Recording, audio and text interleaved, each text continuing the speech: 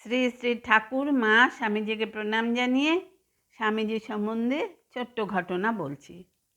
তখন সকাল, স্থান কাশী। এক পরিব্রাজক সন্ন্যাসী দুর্গা মন্দির থেকে বেরিয়ে এলেন। হাঁটছেন তিনি। কাশীর গলি অপরিসর। হঠাৎ নেমে এলো এক পাল বাঁদর। তারা সন্ন্যাসীর পিছু নিয়েছেন। সন্ন্যাসী ছুটছেন, বানরের পালও ছুটছে। এমন সময় এক বৃদ্ধ সন্ন্যাসী চিৎকার করে বললেন, থামো থামো, ছোটো না, রুখে দাঁড়াও। সন্ন্যাসী সাহস ভরে ফিরে দাঁড়ালেন। বানরেরা প্রথমে থমকে দাঁড়ালো, তারপর ছুটতে পালালো। স্বামী বিবেকানন্দ লিখছেন, এই ঘটনা থেকে আমাকে একটা মহৎ শিক্ষা দিয়ে গেল। রুখে দাঁড়াও, বিঘ্ন কিংবা বিপদ দেখে কখনো পালিও না, নির্ভয়ে মুখোমুখি দাঁড়াও।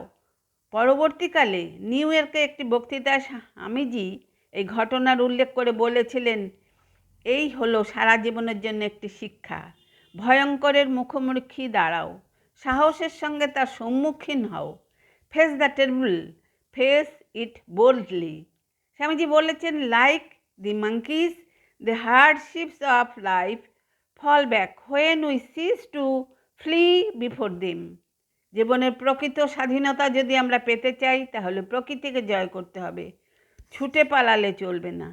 পালিয়ে তুমি যাবে কোথায় বৎস? দেহ ছেড়ে পালানো যায়, প্রাণ যে খাঁচার অধিবাসী। তাহলে প্রাণটাকে মেলে ফেলো, তার জন্য আত্মহত্যা, পরাজয়। স্বামীজি বলছেন, কাওয়ার্ডস নেভার উইন ভিক্টরিজ। লড়তে হবে ভয়ের সঙ্গে, সমস্যার সঙ্গে, অজ্ঞতার সঙ্গে। If you expect them to flee before us. আর একটা ঘটনা, নরেন্দ্রনাথ তখনও সন্ন্যাসী হননি। স্বামী বিবেকানন্দের কলেজে একজন শ্বেতাঙ্গ অধ্যাপক ছিলেন, যিনি ভারতীয়দের খুব ঘৃণা করতেন। তাই বিবেকানন্দকে খুবই ঘৃণার চোখে দেখতেন। একদিন টিফিনের সময় ক্যান্টিনে বসে অধ্যাপক খাবার খাচ্ছিলেন। বিবেকানন্দ তার নিজের খাবার নিয়ে অধ্যাপকের টেবিলে বসলেন এবং খাওয়া শুরু করলেন।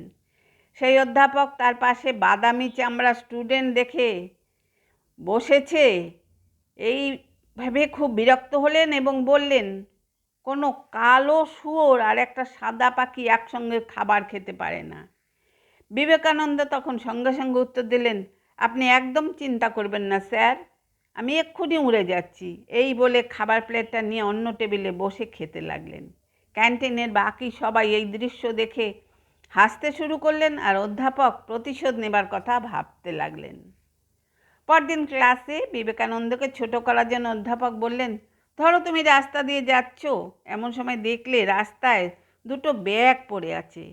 একটি ব্যাগেতে টাকা আর অন্যটিতে জ্ঞান ভর্তি। তোমাকে যে কোনো একটি বেছে নিতে হবে, তুমি কোনটা নেবে? বিবেকানন্দ উত্তরে বললেন, টাকা ভর্তি ব্যাগটাই নেব। অধ্যাপক বললেন, তোমার জায়গায় আমি থাকলে জ্ঞান ভরা ব্যাগটাই নিতাম, টাকা নয়। স্বামী বিবেকানন্দ তখন বললেন, ঠিক বলেছেন স্যার, আসলে যার যেটা অভাব সে তো তাই নেবে।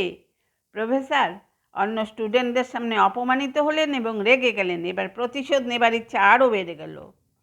এবার পরীক্ষা এসে গেল। বিবেকানন্দের উত্তরপত্রে প্রফেসর ইডিয়েট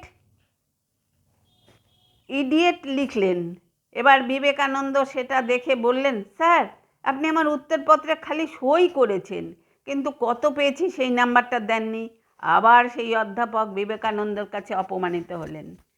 আজ এখানেই শেষ করছি। আপনারা সবাই আমার নমস্কার জানবেন। ভালো থাকবেন, সুস্থ থাকবেন।